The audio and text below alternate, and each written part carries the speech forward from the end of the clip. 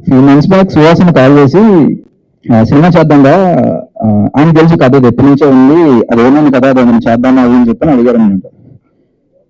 So సరే చేసేద్దామన్నా, అందులో ఏమన్నా అని చెప్పి నాకు అంటే ఈ కథని పట్టుకుని సో ఎవరితో వెళ్ళాలి, ఏ ప్రొడక్షన్, అంత కష్టపడాల్సిన అవసరం ఏం రాలేదు. యాక్చువల్లీ ఒక పెద్ద ప్రొడక్షన్ అడిగారు చేద్దాం ఇట్లా అది అని చెప్పాను.